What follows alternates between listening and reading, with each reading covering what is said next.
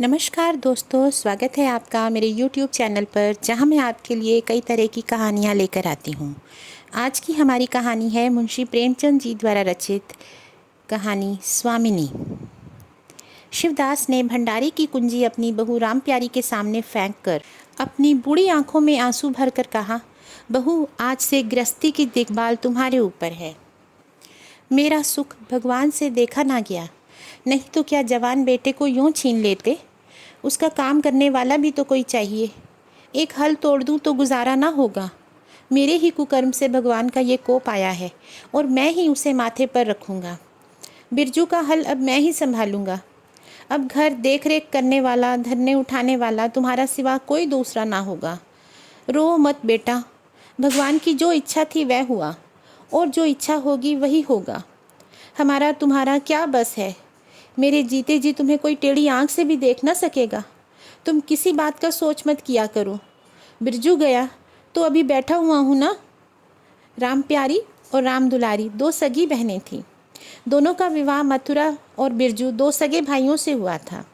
दोनों बहनें नेहर की तरह ससुराल में भी प्रेम और आनंद से रहने लगी। शिवदास को पेंशन मिली। दिन भर द्वार पर गपशप करते, भरा पूरा परिवार देखकर प्रसन्न होते और अधिकतर धर्म चर्चा में लगे रहते थे। लेकिन देवगति से बड़ा लड़का बिरजू बीमार पड़ा और आज उसे मरे 15 दिन बीत गए। आज क्रियाकर्म से फुर्सत मिली और शिवदास ने सच्चे कर्मवीर की भांति फिर जीवन संग्राम के लिए कमर कस ली।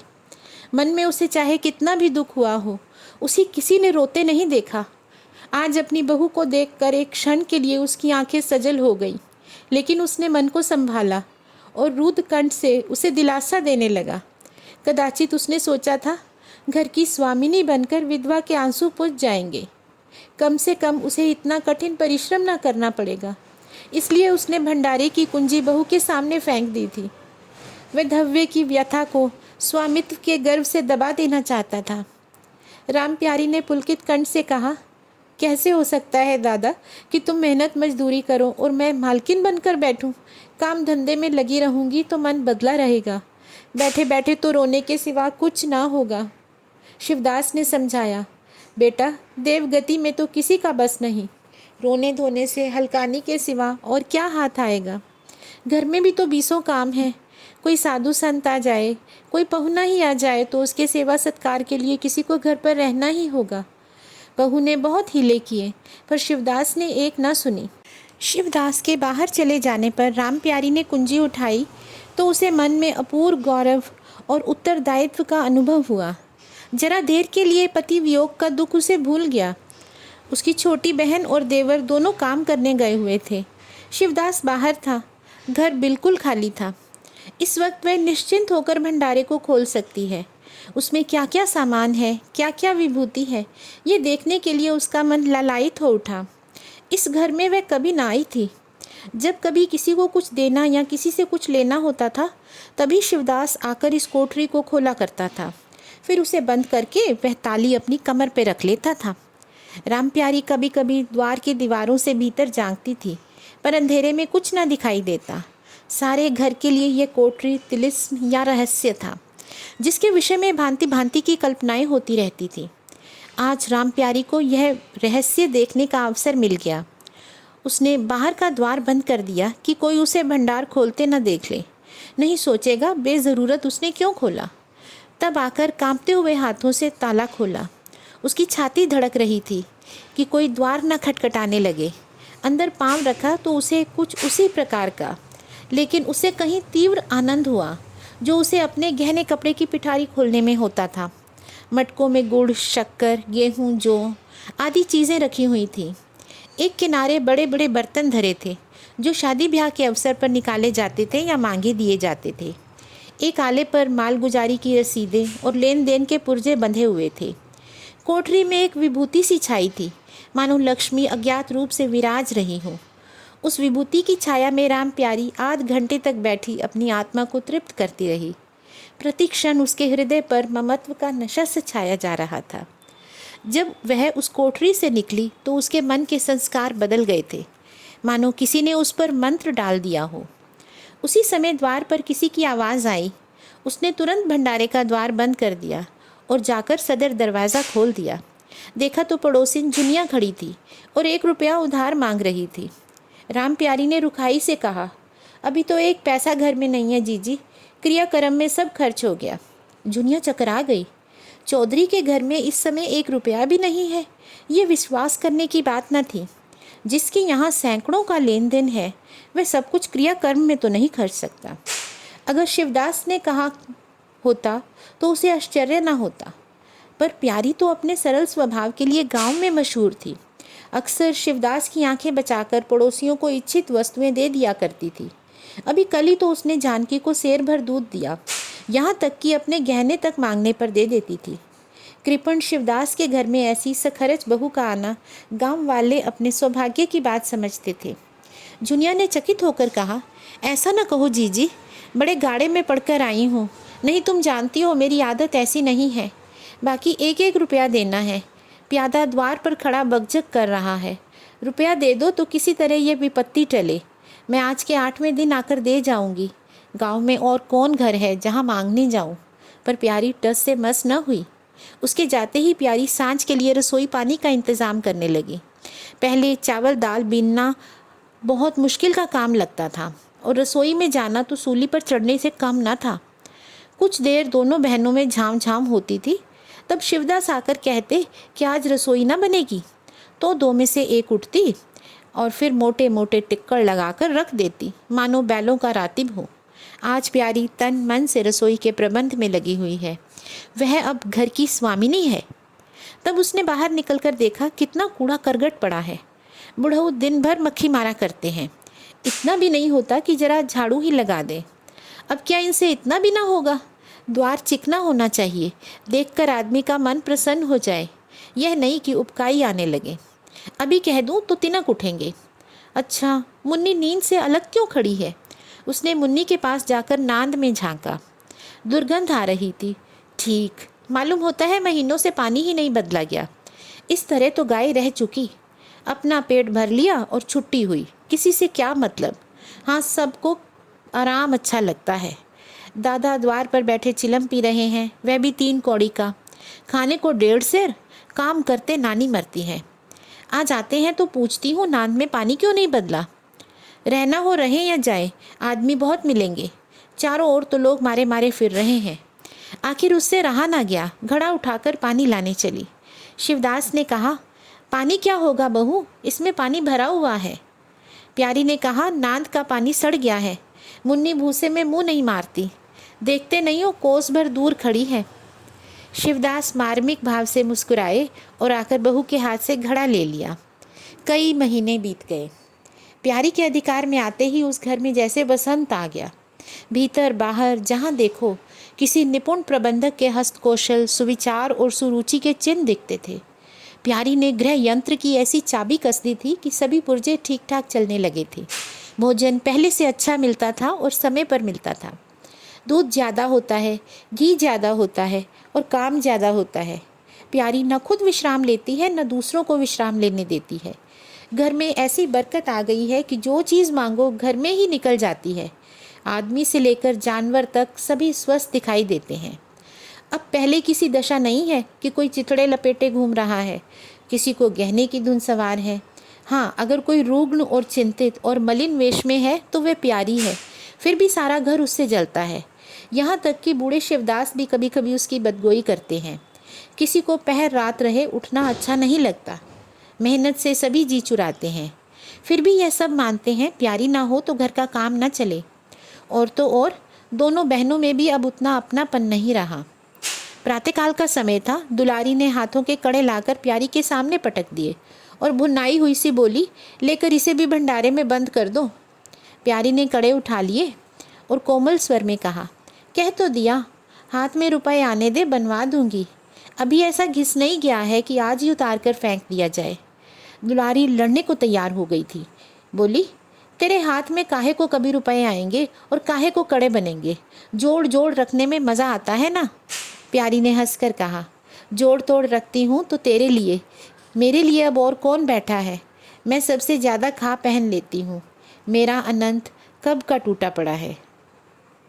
दुलारी, तुम ना खाओ ना पहनो, जस तो पाती हो, यहाँ खाने पहनने के सिवा और है ही क्या। मैं तो तुम्हारा हिसाब किताब नहीं जानती, मेरे कड़े आज ही बनने को भेज दो।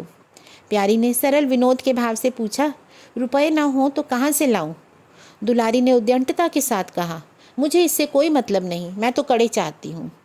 इसी तरह घर के सब आदमी अपने अपने अवसर पर प्यारी को 2-4 खरी खोटी सुना जाते थे और गरीब सबकी धौंस हंसकर सहती थी। स्वामिनी का यह धर्म है कि सबकी धौंस सुन ले और करे वही जिसमें घर का कल्याण हो। स्वामित्व के कवच पर धौंस, ताने, धमकी किसी का असर न होता। उसकी स्वामिनी की कल्पना इन आघातों से और भी स्वस्थ होती थी। वह गृहस्थी की संचालिका है, सभी अपने अपने दुख उसी के सामने रोते हैं, पर जो कुछ वह करती है वही होता है। इतना उसे प्रसन्न करने के लिए काफ़ी था। गांव में प्यारी की सराहना होती थी। अभी उम्र ही क्या है, लेकिन सारे घर को संभाले हुए है। चाहती तो कहीं और सगाई करके चैन से रहती। इस घर के पीछे अपने को मिटाए देती है। कभी किसी से हंसती बोलती भी नहीं, जैसे काया पलट हो गई हो। कई दिन बाद दुलारी के कड़े बनकर आ गए। प्यारी खुद सुनार के घर दौड़ दौड़ कर गई। संध्या हो गई थी। दुलारी और मथुरा हाट से लौटे। प्यारी ने नए कड़े दुलारी को दिए। दुलारी निहाल हो गई। चटपट कड़े पहने और दौड़ी हुई बरोठे में जाकर मथुरा को दिखाने लगी। प्यारी बरोठे के द्वार पर छिपी खड़ी यह दृश्य देखने लगी। उसकी आंखें सजल हो गई। दुलारी उससे कुल 3 साल ही तो छोटी है, पर दोनों में कितना अंतर है। उसकी आंखें मानो उस दृश्य पर जम गई। दंपति का वह सरल आनंद, उनका प्रेम लिंगन, उनकी मुग्ध मुद्रा प्यारी की टकटकी सी बंध गई। यहाँ तक कि दीपक के धुंधले प्रकाश में वे दोनों उसकी नज़रों से गायब हो गए और अपने ही अतीत की जीवन की एक लीला आंखों के सामने बार बार नए रूप में आने लगी। सहसा शिवदास ने पुकारा, बड़ी बहू, एक पैसा दे दो, तमाकू मंगवाऊं। प्यारी की समाधि टूट गई। आंसू पोंछती हुई भंडारे में पैसा लेने चली गई। एक एक करके प्यारी के गहने उसके हाथ से निकलते जाते थे। वह चाहती थी मेरा घर गांव में सबसे संपन्न समझा जाए, और इस महत्वाकांक्षा का मूल्य देना पड़ता है। कभी घर की मरम्मत के लिए, कभी बैलों की नई गोई खरीदने के लिए, कभी नातेदारों के व्यवहारों के लिए, और कभी बीमारों की दवा दारू के लिए रुपयों की ज़रूरत पड़ती रहती है। और जब बहुत कतर ब्योंत करने पर भी काम न चलता तो वह अपनी कोई न कोई चीज़ निकाल देती, और चीज़ एक बार हाथ से निकलकर फिर न लौटती थी। वह चाहती तो इनमें से कितने ही खर्चों को टाल जाती, पर जहाँ इज्जत की बात आ जाती थी वह दिल खोल कर खर्च करती। अगर गांव में हेटी हो गई तो क्या बात रही, लोग उसी का नाम तो धरेंगे। दुलारी के पास भी गहने थे। 2-1 चीज़ें मथुरा के पास भी थीं, लेकिन प्यारी उनकी चीज़ें ना छूती। उनके खाने पहनने के दिन हैं, वे इस जंजाल में क्यों फंसे। दुलारी को लड़का हुआ तो प्यारी ने धूम से जन्मोत्सव मनाने का प्रस्ताव किया। शिवदास ने विरोध किया, क्या फ़ायदा, जब भगवान की दया से सगाई ब्याह के दिन आएंगे तो धूमधाम कर लेना। प्यारी का हौसलों से भरा दिल भला क्यों मानता। बोली, कैसी बात करते हो दादा, पहलौठे लड़के के लिए भी धूमधाम न हुई तो कब होगी। मन तो नहीं मानता, फिर दुनिया क्या कहेगी, नाम बड़े और दर्शन छोटे। मैं तुमसे कुछ नहीं मांगती, अपने आप सारा इंतज़ाम कर लूँगी। गहनों के माथे जाएगी और क्या, शिवदास ने चिंतित होकर कहा। इस तरह एक दिन धागा भी न बचेगा। कितना समझाया है बेटा, भाई भौजाई किसी के नहीं होते। अपने पास 2 चीज़ें रहेंगी तो सब मुंह जोहेंगे, नहीं तो कोई सीधे मुंह बात ना करेगा। प्यारी ने ऐसा मुंह बनाया मानो वह ऐसी बुरी बातें बहुत सुन चुकी हैं, और बोली, जो अपने हैं वे भी ना पूछे तो भी अपने ही रहते हैं। मेरा धर्म मेरे साथ है, उनका धर्म उनके साथ है। मर जाऊंगी तो क्या छाती पर लाद ले जाऊंगी। धूमधाम से जन्मोत्सव मनाया गया। बारी के दिन सारी बिरादरी का भोज हुआ। लोग खा पीकर चले गए। प्यारी दिन भर की थकी मांदी आंगन में एक टाट का टुकड़ा बिछाकर कमर सीधी करने लगी। आंखें झपक गई। मथुरा उसी वक्त घर में आया। नवजात पुत्र को देखने के लिए उसका चित्त व्याकुल हो रहा था। दुलारी सौर ग्रह से निकल चुकी थी। गर्भावस्था में उसकी देह क्षीण हो गई थी, मुंह भी उतर गया था, पर आज स्वस्थता की लालिमा उसके मुख पर छाई थी। सौर के संयम और पौष्टिक भोजन ने देह को चिकना कर दिया था। मथुरा उसे आंगन में देखते ही समीप आ गया और एक बार प्यारी की ओर ताककर उसके निद्रा मगन होने का निश्चय करके अपने शिशु को गोद में ले लिया और उसका मुंह चूमने लगा। आहट पाकर प्यारी की आंखें खुल गई, पर उसने नींद का बहाना किया और अध खुली आंखों से यह आनंद क्रीड़ा देखने लगी। माता और पिता दोनों बारी बारी से बालक को चूमते, गले लगाते और उसके मुख को निहारते थे। कितना स्वर्गीय आनंद था। प्यारी की तृषित लालसा एक क्षण के लिए स्वामिनी को भूल गई। जैसे लगाम मुख बंद बोझ से लदा हुआ, हाँकने वाले के चाबुक से पीड़ित, दौड़ते दौड़ते बेदम तुरंग हिनहनाने की आवाज़ सुनकर कनौटियाँ खड़ी कर लेता है और परिस्थिति को भूलकर एक दबी हुई हिनहनाहट उसके जवाब में निकलती है। वही दशा कुछ प्यारी की हुई। उसका मातृत्व जो कि पिंजरे में बंद, मूक, निश्चेत पड़ा हुआ था, समीप से आने वाली मातृत्व की चहकार सुनकर जैसे जाग पड़ा और चिंताओं के उस पिंजरे से निकलने के लिए पंख फड़फड़ाने लगा। मथुरा ने कहा, यह मेरा लड़का है। दुलारी ने बालक को गोद से चिपटाकर कहा, हाँ हाँ क्यों नहीं, तुम्ही ने तो 9 महीने पेट में रखा है। सांसद तो मेरी हुई और बाप कहलाने के लिए तुम कूद पड़े। मथुरा ने कहा, मेरा लड़का ना होता तो मेरी सूरत का क्यों होता। चेहरा मोहरा रंग रूप सब मेरा ही तो है कि नहीं। दुलारी बोली, इससे क्या होता है, बीज बनिए के घर से आता है, खेत किसान का होता है, उपज बनिए की नहीं किसान की होती है। मथुरा ने बोला, बातों में तुमसे कोई ना जीतेगा। मेरा लड़का बड़ा हो जाएगा तो मैं द्वार पर बैठकर मज़े से हुक्का पीऊँगा। दुलारी बोली, मेरा लड़का पढ़ेगा लिखेगा, कोई बड़ा ओहदा पाएगा, तुम्हारी तरह दिन भर बैल के पीछे ना चलेगा। मालकिन का कहना है कल एक पालना बनवा दें। मथुरा बोला, अब बहुत सवेरे ना उठा करना और छाती फाड़कर काम करने की कोई ज़रूरत नहीं है। तो दुलारी बोली, ये महारानी जीने देगी। मथुरा ने कहा, मुझे तो बेचारी पर दया आती है, उसके कौन बैठा हुआ है, हम ही लोगों के लिए मरती है। भैया होते तो अब तक 2-3 बच्चों की माँ हो गई होती। प्यारी के कंठ में आंसुओं का ऐसा वेग उठा कि उसके रोकने में सारी देह कांप उठी। अपना वंचित जीवन उसे मरुस्थल सा लगा, जिसकी सूखी रेत पर वह हरा भरा बाग लगाने की निष्फल चेष्टा कर रही है। कुछ दिनों बाद शिवदत्त भी मर गया। उधर दुलारी के 2 बच्चे और हुए। वह भी अधिकतर बच्चों के लालन पालन में व्यस्त रहने लगी। खेती का काम मजदूरों पर आ पड़ा। मथुरा मजदूर तो अच्छा था, पर संचालक अच्छा ना था। उसे स्वतंत्र रूप से काम लेने का कभी अवसर ही ना मिला। खुद पहले भाई की निगरानी में काम करता रहा, बाद में बाप की निगरानी में काम करने लगा। खेती का तार भी ना जानता था। वही मजदूर उसके यहाँ टिकते थे जो मेहनत नहीं खुशामद करने में कुशल होते थे। इसलिए अब प्यारी को दिन में 2-4 चक्कर खेतों के भी लगाना पड़ता। कहने को तो अब वह मालकिन ही थी, पर वास्तव में घर भर की सेविका थी। मजूर भी उससे त्योरियां बदलते, जमींदार का प्यादा भी उसी पर धौंस जमाता। भोजन में किफ़ायत करनी पड़ती। लड़कों को तो जितनी बार मांगे उतनी बार कुछ ना कुछ चाहिए। दुलारी तो लड़कोरी थी, उसे भरपूर भोजन चाहिए। मथुरा घर का सरदार था, उसके इस अधिकार को कौन छीन सकता था। मजूर भला क्यों कर रियायत करने लगे थे। सारी कसर प्यारी पर निकलती थी।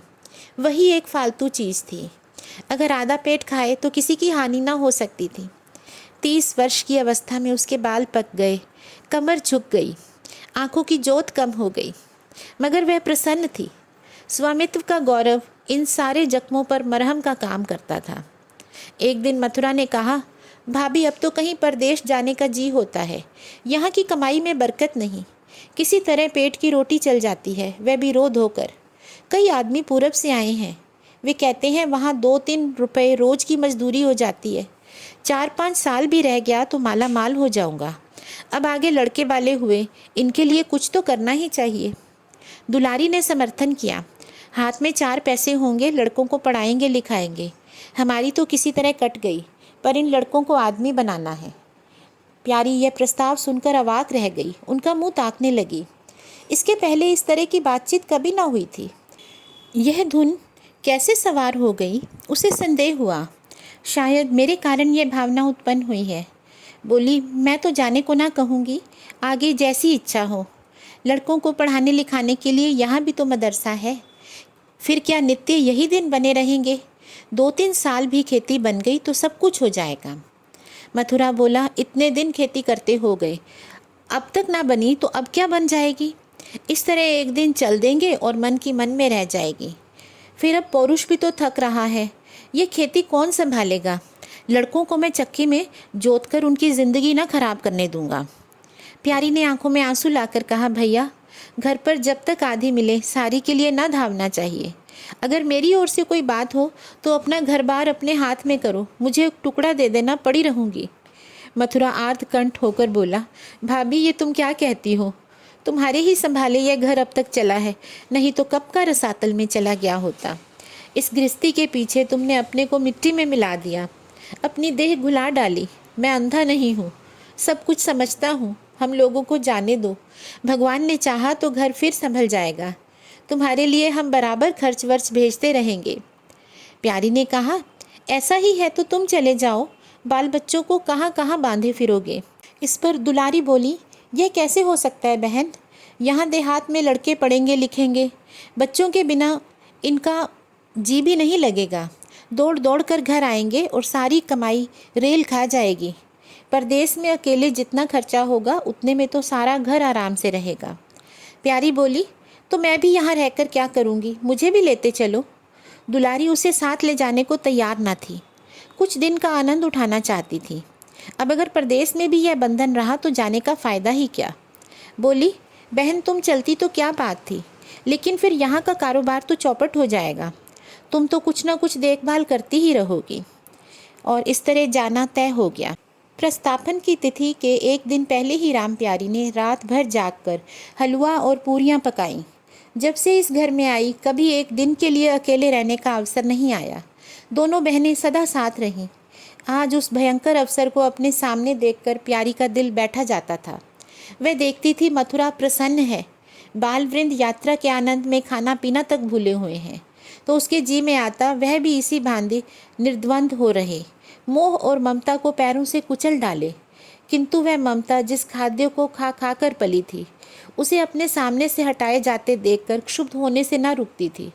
दुलारी तो इस तरह निश्चिंत होकर बैठी थी मानो कोई मेला देखने जा रही थी।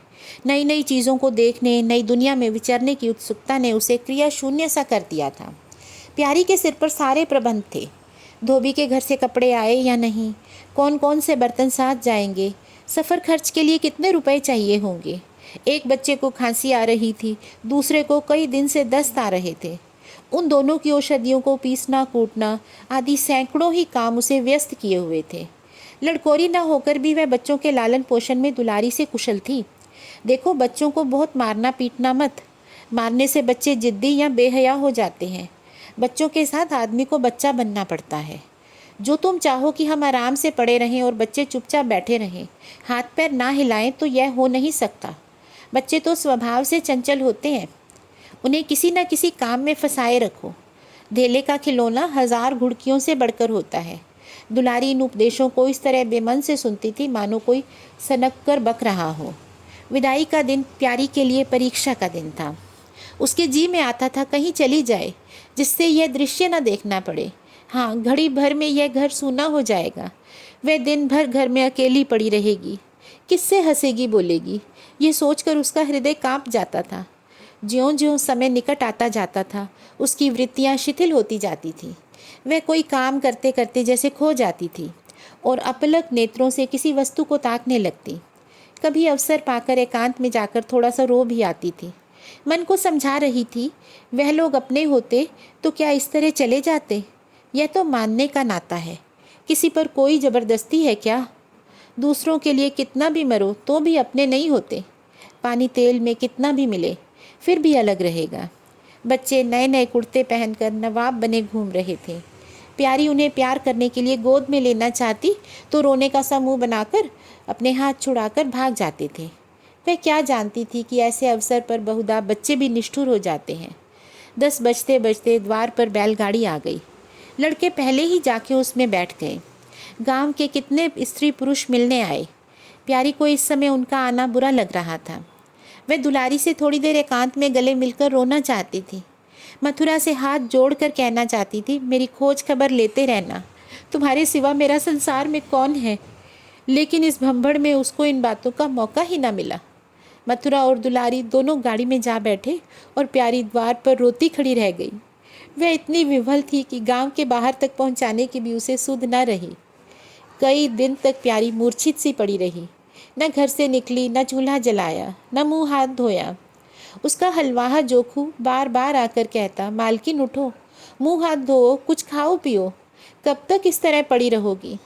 इस तरह की तसल्ली गांव की स्त्रियां भी देती थीं, पर उनकी तसल्ली में एक तरह की ईर्ष्या का भाव छिपा होता था।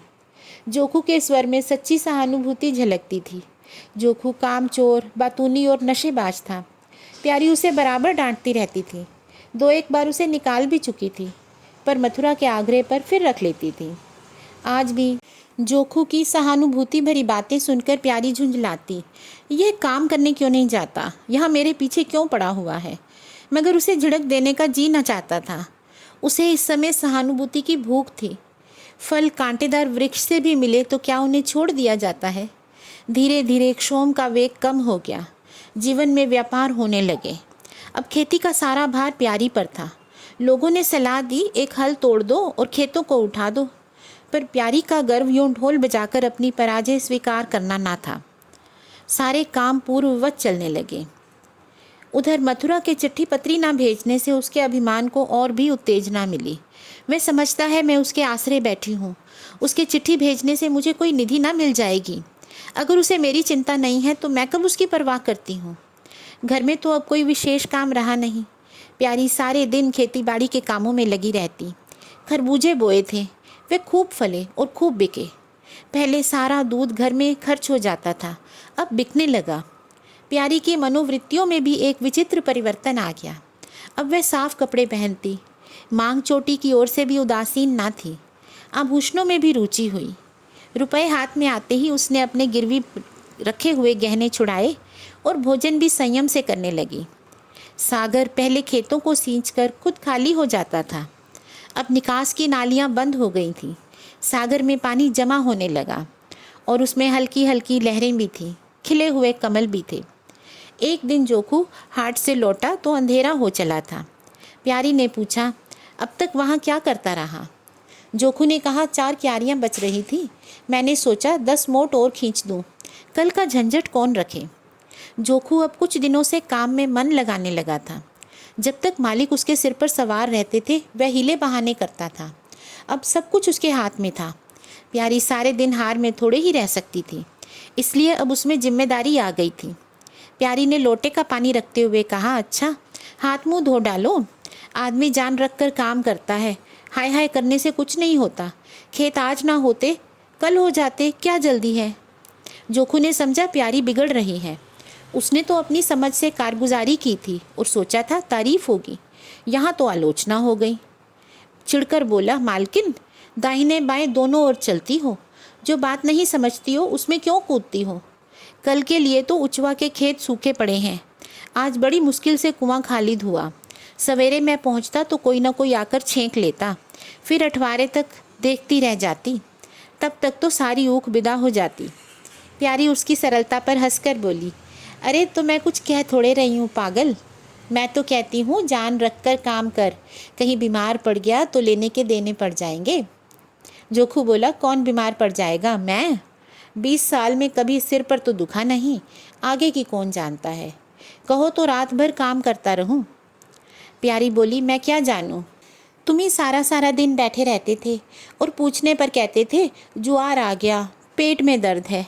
जोखू झेंपता हुआ बोला, ये बातें तब थी जब मालिक लोग चाहते थे कि इसे पीस डालें, अब तो जानता हूँ सारा काम मेरे ही माथे है, मैं ना करूँगा तो सब चौपट हो जाएगा।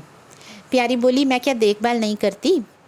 जोखू ने कहा, तुम बहुत करोगी, 2 बेर चली आओगी, सारे दिन तुम वहाँ बैठी नहीं रह सकती।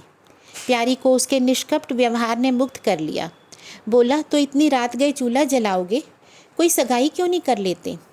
जोखू ने मुंह धोते हुए कहा, तुम भी खूब कहती हो मालकिन, अपने पेट भर को होता नहीं, सगाई कर लूँ, 1.25 सेर खाता हूँ, 1 जून पूरा 1.25 सेर और 2 जून के लिए 2 सेर चाहिए। इस पर प्यारी ने कहा, अच्छा आज मेरी रसोई में खाओ, देखो कितना खाते हो।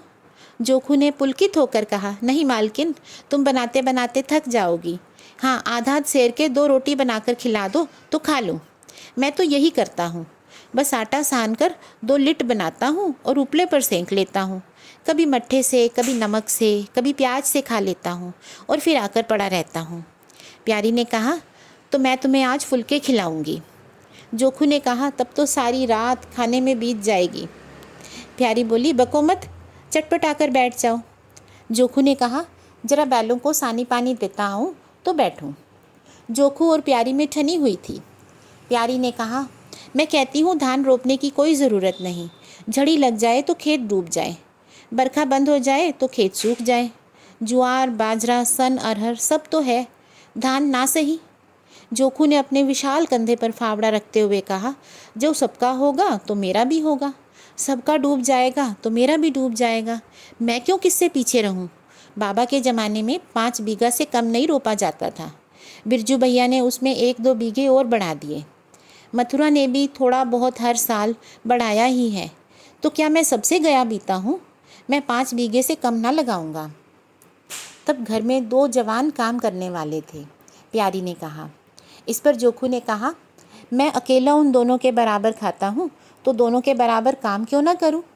प्यारी बोली, चल झूठा कहीं का, कहते थे 2 सेर खाता हूँ, 4 सेर खाता हूँ, आज सेर में ही रह गए। इस पर वह बोला, एक दिन तौलो तब मालूम होगा। प्यारी बोली, तोला है बड़े खाने वाले, मैं कहीं देती हूँ, धान ना रोपो, मजूर मिलेंगे नहीं, अकेले हलकान होना पड़ेगा। इस पर जोखू ने कहा, तुम्हारी बला से मैं ही हलकान हूँगा ना, यह देह किस दिन काम आएगी। प्यारी ने उसके कंधे से फावड़ा ले लिया और बोली, तुम पहर से पहर रात तक ताल में रहोगे, अकेले मेरा जी उबेगा। अब जोखू को उबने का अनुभव ना था। कोई काम ना हो तो आदमी पड़ के सो रहे, जी क्यों उबे। बोला, जी उबे तो सो रहना, मैं घर रहूँगा तब भी तो और जी उबेगा। मैं खाली बैठा हूँ तो बार बार खाने की सूझती है। अब बातों में देर हो रही है और बादल घिरे आते हैं। इस पर प्यारी ने कहा, अच्छा कल से जाना, आज बैठो। जोखू ने मानो बंधन में पड़कर कहा, अच्छा बैठ गया, कहो क्या कहती हो। प्यारी ने विनोद करते हुए कहा, कहना क्या है, मैं तुमसे पूछती हूँ, अपनी सगाई क्यों नहीं कर लेते? अकेले मरती हूँ, तब 1 से 2 हो जाएंगे। जोखू शर्माता हुआ बोला, तुमने फिर वही बेबात की बात छेड़ दी मालकिन, किससे सगाई कर लूँ यहाँ पर? ऐसी मेहरिया लेकर क्या करूँगा जो गहनों के लिए मेरी जान खाती रहे। प्यारी बोली, यह तो तुमने कड़ी शर्त लगाई, ऐसी औरत कहाँ मिलेगी जो गहने भी ना चाहे। जोखू ने कहा, यह मैं थोड़े ही कहता हूँ कि वे गहने ना चाहे, बस मेरी जान ना खाए। तुमने तो कभी गहनों के लिए हट ना किया, बल्कि अपने सारे गहने दूसरों पर लगा दिए। प्यारी के कपोलों पर हल्का सा रंग आ गया और बोली, अच्छा और क्या चाहते हो? जोखू बोला, मैं कहने लगूँगा तो बिगड़ जाओगी। प्यारी की आंखों में लज्जा की एक रेखा नज़र आई। बोली, बिगड़ने की बात कहोगे तो ज़रूर बिगड़ूंगी। जोखू ने कहा, तो मैं ना कहूँगा। प्यारी ने उसे पीछे की ओर ठेलते हुए कहा, कहोगे कैसे नहीं, मैं कहला के छोड़ूंगी। जोखू बोला, मैं चाहता हूँ वे तुम्हारी तरह हो, ऐसी गंभीर हो, ऐसी ही बातचीत में चतुर हो और ऐसा ही अच्छा पकाती हो, ऐसी ही किफ़ायती हो, ऐसी ही हंसमुख हो। बस ऐसी औरत मिलेगी तो करूँगा, नहीं तो इसी तरह पड़ा रहूँगा। प्यारी का मुख लज्जा से आरक्त हो गया। उसने पीछे हटकर कहा, तुम बड़े नटखट हो, हंसी हंसी में सब कुछ कह गए। और इस तरह से इस कहानी का अनकहा अंत हो गया, जो कि शायद सुखद है, क्योंकि इससे हमें यही लग रहा है कि प्यारी और जोखू स्त्री और पुरुष की तरह रहेंगे और वो आपस में शादी करेंगी। दोस्तों, कई बार ऐसा होता है कि जब हम जिन लोगों से हम प्यार करते हैं, अगर वो हमें छोड़कर चले जाते हैं, तो हमें अपने जीवन का कोई ना कोई आधार बनाना ही पड़ता है। और यहाँ पर प्यारी को वो आधार जोखू के रूप में मिल गया। जोखू काम करने में मेहनती था, प्यारी की इज़्ज़त करता था और प्यारी को भी उसके साथ अकेलेपन का अनुभव नहीं होता था। इकट्ठे रहने से दोनों का आपस में प्यार हो जाना स्वाभाविक ही था। इसी तरह की और कहानियों के लिए आप मेरे चैनल को प्लीज़ लाइक और शेयर और सब्सक्राइब करें। Thank you.